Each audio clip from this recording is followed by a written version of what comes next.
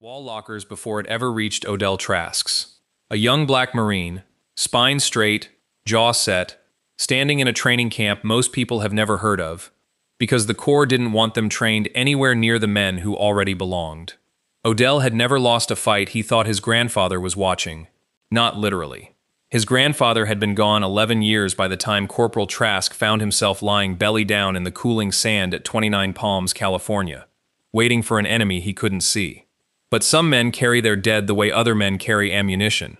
Counted, rationed, never set down.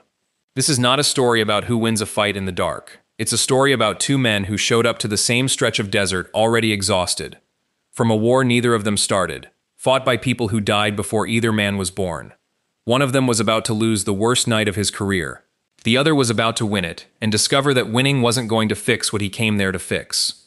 Neither of them knew that yet. Montford Point, North Carolina, 1943. The recruits ran through swamp water with rifles held over their heads while white drill instructors watched from dry ground, waiting for a reason to send them home. Odell's grandfather was 19, and he had already learned that his uniform would be inspected twice as hard as anyone else's, that his mistakes would be remembered longer, that the Corps had let him in the door but hadn't decided yet whether it wanted him to stay. He scrubbed his boots until his knuckles bled. He never once asked why. Half a world away, in the same stretch of years, a different set of young men were burying their own in the wet hills of Malaya. The Rai family had already given the regiment a father and an uncle by the time the fighting there ended, both names carved into stone at a garrison most of Nepal would never see.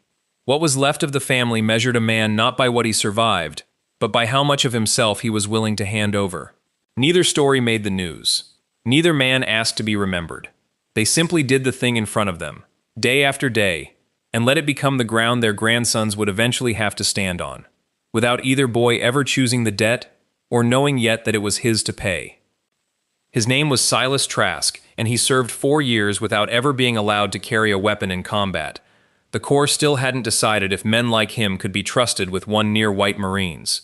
He unloaded ships instead, hauled crates of ammunition up gangplanks in the Pacific heat, and when the war ended, nobody wrote his name in a paper. He came home to Georgia with a discharge certificate and a silence he never fully put down. He didn't talk about the war often. When he did, it was never about the fighting he wasn't allowed to do. It was about the loading docks, the men beside him who broke their backs so the war could move an inch forward, and how nobody outside that dock would ever call it service. He raised his son and later his grandson on one rule that was never written down but never needed to be. A Trask does not come home having only gotten by. Getting by was what the Corps expected of you. Excellence was the only answer that shut a mouth before it could open. By the time Odell was old enough to understand what his grandfather had actually survived, the old man was gone.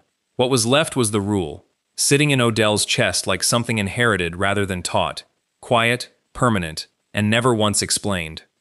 Dhan Bahadur Rai's father had died on a hillside in the Falklands campaign, a war fought over islands he could not have pointed to on a map, defending an idea of loyalty that had never once been explained to him, only demonstrated, generation after generation, by the men who came before. His grandfather had died in Burma, his great-uncle in the deserts of North Africa.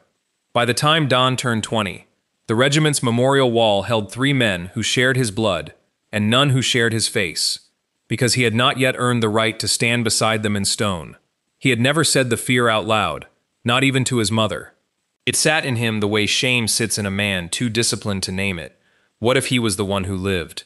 What if he served his full 20 years, collected his pension, grew old in a house with electricity and a wife and grandchildren of his own, while the men who taught him everything he knew were still 19 forever, still frozen in the last places they had ever stood.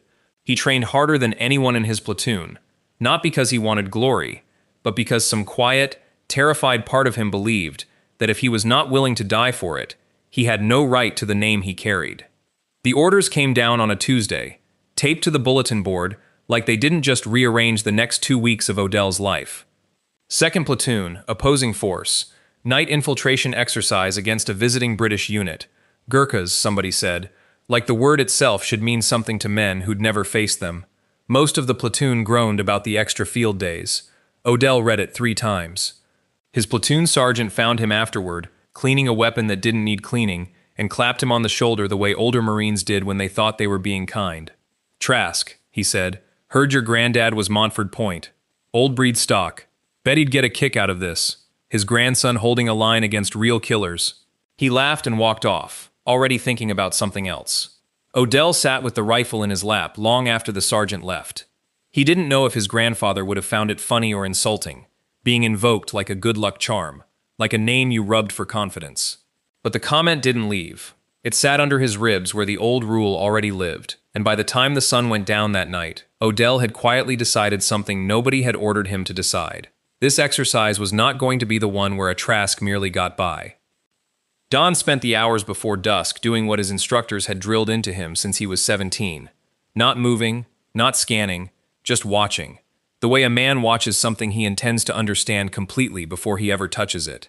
He noted which Marine on the perimeter shifted his weight too often. He noted the wind and let it carry his scent away from the position rather than toward it. He noted the exact rhythm of the guard rotation, memorized down to the minute, the way his father had once memorized the terrain of a hillside he would later die defending. He told himself this was simply the job, but somewhere underneath the patience, a smaller and less disciplined thought kept surfacing, that watching well, moving well, being unseen and unheard, was the only inheritance he had any real claim to. He had not fought a real war.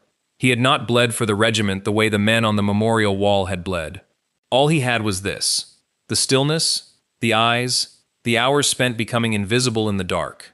If he was not exceptional at it, he had nothing at all to lay beside their names. So he watched longer than he needed to, moved slower than the exercise required, and made no mistake he could have avoided. Because for Dhan Bahadur Rai, tonight was not a drill. It was an application. Odell reported his sector secure at 0200, and for a few seconds he believed it. The desert had gone still in that particular way that felt earned, like the stillness itself was proof he was doing something right. He shifted his weight, checked his sector again, and let himself think, just for a breath, about the photograph in his wall locker, about a man who had never been trusted with a rifle in combat, watching his grandson hold one now. He never heard the approach. There was no scrape of boot on sand, no shift in the air, nothing his training had ever taught him to listen for.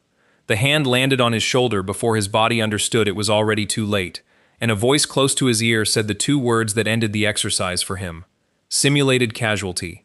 Odell didn't move at first. He stayed exactly where he was, rifle still aimed at nothing, and let the meaning of it arrive slowly, the way bad news does when part of you is still refusing it.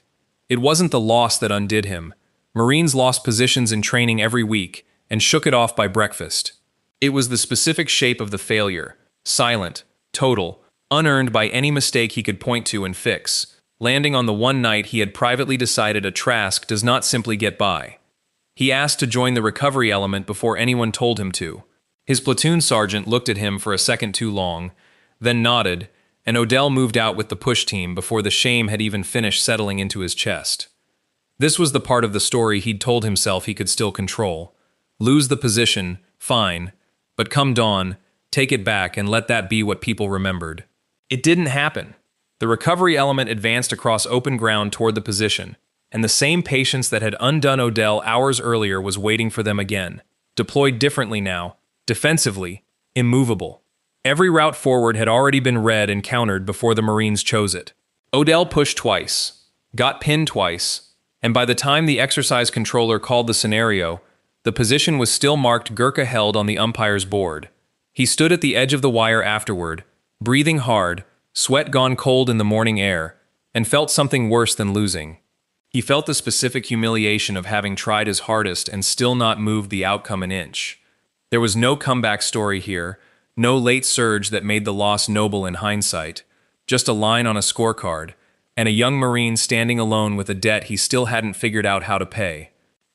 Dhan found him near the trucks, apart from both formations, sitting on a supply crate with his gear half-packed and his eyes somewhere past the horizon. He almost walked on. Victory wasn't something the regiment taught men to advertise, and gloating over a beaten opponent was its own kind of failure. But something on the ground near Odell's pack had caught his eye earlier that morning during the handshakes and gear checks. A photograph, corner bent soft from handling, tucked where a man keeps things he doesn't want lost. He sat down without asking, which was its own kind of respect. For a while neither man spoke. Then Dhan asked the only question that felt honest. "Who is that? in the photograph. Odell almost brushed it off, but something in the way it was asked, not curious, not polite, but recognizing, made him answer instead. He said the name, said Montford Point, said the word inherited, and watched it land on Don's face like a familiar weight. Don didn't offer sympathy. He offered his own answer instead. A hillside in the Falklands, a wall with 3 names on it, a fear he had never spoken aloud to anyone in his own regiment. 2 men who had spent the night trying to defeat each other sat in the cold morning air and, for the first time, told the truth to someone who couldn't possibly misunderstand it. Weeks later, back at Camp Lejeune, Odell sat at the small desk in his room with a blank sheet of paper and a pen he'd been holding for longer than he'd been writing. He'd started letters to his grandfather before, mostly in his head, mostly never finished. This one felt different, though he couldn't have said why. Maybe because for the first time, he had something true to put in it. "Grandpa," he wrote, "I lost a fight last month. Lost it clean. No excuses. Nothing I could point to and fix. I've been carrying you around my whole life like a standard I was supposed to hit, and I never once stopped to ask what it actually felt like for you. To do everything right and still not get the credit, still not get the weapon, still come home to a country that only gave you half of what you earned." He stopped there, pen hovering, the rest of the sentence sitting somewhere just out of reach. He thought about Don, about the wall with 3 names on it, about 2 men who'd spent a night trying to break each other and ended up doing something neither expected, telling the truth. He wanted to write what that meant. He wanted to write that he finally understood the rule wasn't about winning at all. "I think what you actually wanted for me was..." The pen didn't move again that night.